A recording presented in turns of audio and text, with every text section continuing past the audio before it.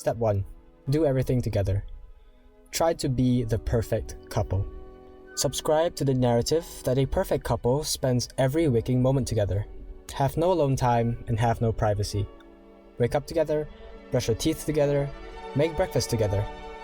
Feel the need to take plenty of pictures and post them on social media. Portray yourself as the picture-perfect couple. Now, you might think that this brings you closer, although it does in the short term, but if you look in the long term, you'll see how effective this is in tearing two people apart. If you think that your partner is perfect, that just means you haven't spent enough time with them yet. Do everything with your partner in order to get sick of them as quickly as possible. By doing everything with them, you're also bound to find things that you don't like. You're bound to find differences in both of your characters. During the lockdown, many couples divorced or broke up simply because they were forced to do everything together. Everyone needs alone time, so offer your partner none. Step 2. Compare. Interestingly enough, the best way to become unhappy in a relationship is to keep looking at other relationships. Always think, in what way can my relationship be better? Which in a non-sugar-coated translation means, how is my partner insufficient? Or how am I insufficient? Dwell on the ways that your partner falls short. Convince yourself that you're doing this to make the relationship as good as possible, but in reality, this will be the reason it ends. Remember to spend as much time as possible on social media, watching movies, and comparing your relationship. Sneak in comments like, her hair is way better, or why don't you have his car, or even, they look so happy together. Ensure you look at other people's good points only. Only see how they are better than your partner, never how they're worse. Oh, her political views are like mine. My partner would never see things that way. Oh, he's kinky like that. My partner finds it gross. Oh, she's got a cynical worldview, just like mine. Oh, she likes ranting in her closet about her failed relationship, just like me. Choose one particularly alluring trait and keep thinking about it. Assume that the rest of their personality is just as perfect as that one trait.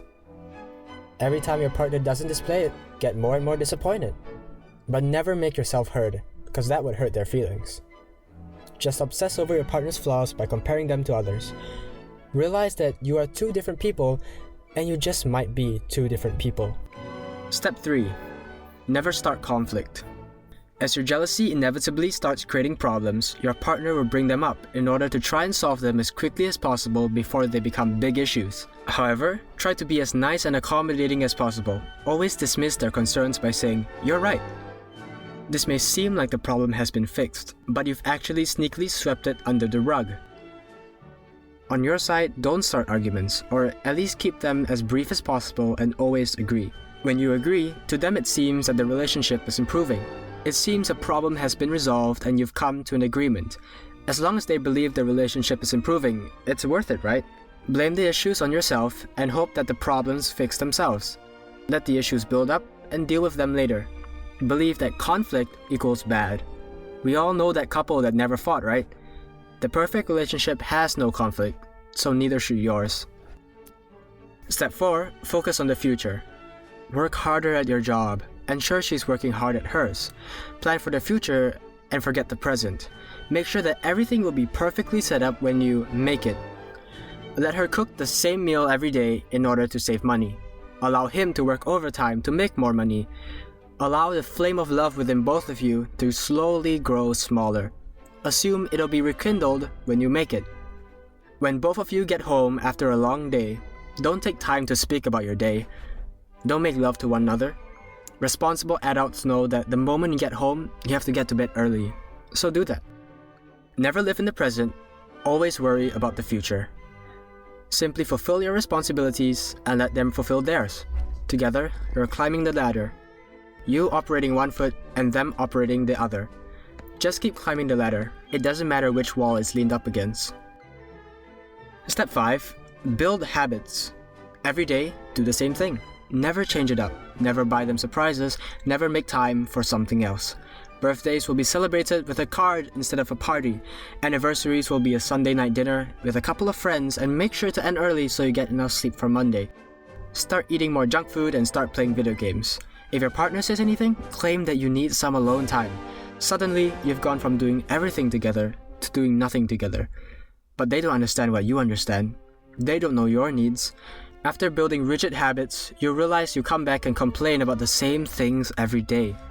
Even your arguments take place at the same time every day, and always are about the same things. Oh well, don't fix it. Remember step 3? Don't bring up any conflict. You may start resenting them just a little, sweep it under the rug. Stick to the habit. Step 6. Assume everything. After being together for so long, assume that they know you inside and out. Since you aren't talking anymore, you'll have to assume. Every time they disagree, it's not because they're their own person, but because they are deliberately trying to antagonize you. View everything in a negative light. Ensure that every stumbling block in your way was placed there by someone, and never by yourself. Assume that that someone is the person who loves you most. Makes sense, right? Self-diagnose your relationship. Use phrases like gaslight, abusive, and manipulative when problems arise. Arguments at this stage will be more and more intense. However, assume that they should have known. If they knew what you wanted, the arguments could have been avoided. Continue feeding your ego. You're always right, they're always wrong. All the problems in the relationship come from them, and you are the victim. They can read minds. They know exactly what you want. They used to, at least. So what changed? You're the same person. You need the same things. If they treated me the same way today, I'd feel what I felt all that time ago. The loving hug they once gave you is now a straitjacket, and it's their fault. Step 7. Don't trust your partner. With such an incompetent partner, why should you trust them? Carry the load of the relationship on your own back. Try not to complain if it hurts or if it's too heavy. The longer that you go without bringing up your pain, the more resentment you have to fuel the next argument. Only speak when it's absolutely necessary or when it's to your benefit. Talk only to complain about your day, your job, or how the world is conspiring against you. But don't trust them to help you through it. Just rant and walk away. Talk to them, but only to talk about yourself. Keep communication on the down low. Use speech as a way to reinforce what you already believe instead of inviting a dialogue. Create an echo chamber so massive that the Batcave would be jealous. Carry the world upon your shoulders alone. Wake up with no good mornings, because either way, they may say good morning, but do they really mean it? Step 8. Accept that love is a gamble. This relationship is a gamble and nothing you do affects the odds. Might as well let it play out, right? If it ends, I suppose it wasn't meant to be. Believe that everything in your relationship is out of your control. Your partner is so incredibly complex as a human being that it is impossible to fully understand them. So, might as well not try. It is impossible to make things work, so just let fate sort it out. Convince yourself that you're being grateful for what you have. Convince yourself that you're grateful you have someone, and then do nothing to show that gratitude.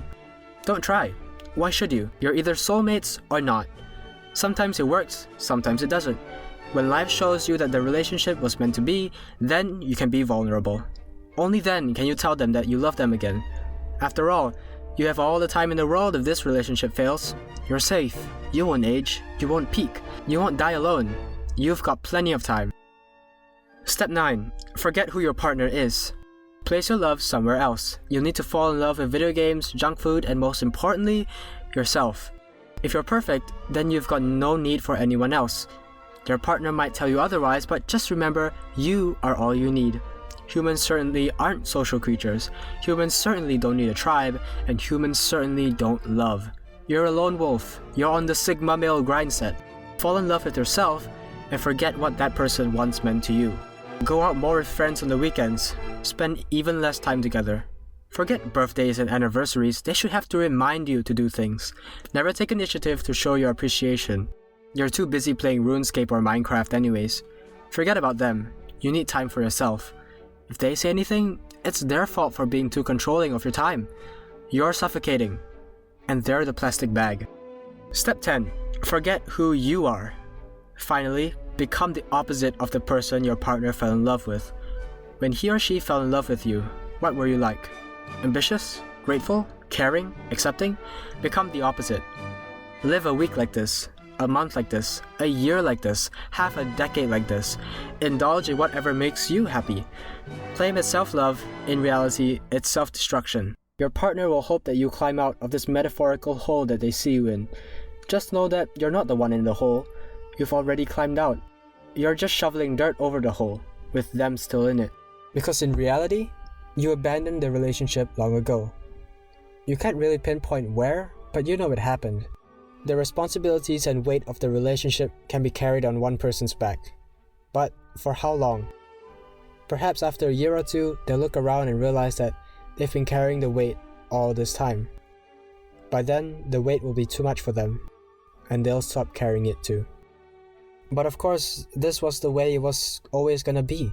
If you rewound the clocks 1,000 times, you'd end up here 1,000 times. There was no way you could have improved it back then, right? Well, convince yourself that there's plenty of fish in the sea. Keep searching. I'm sure the one will pop up. Remember, you're not complete until you find the one. Make love your number one goal. It'll set you free, so chase it. Instead of becoming the right person, keep trying to find the right person.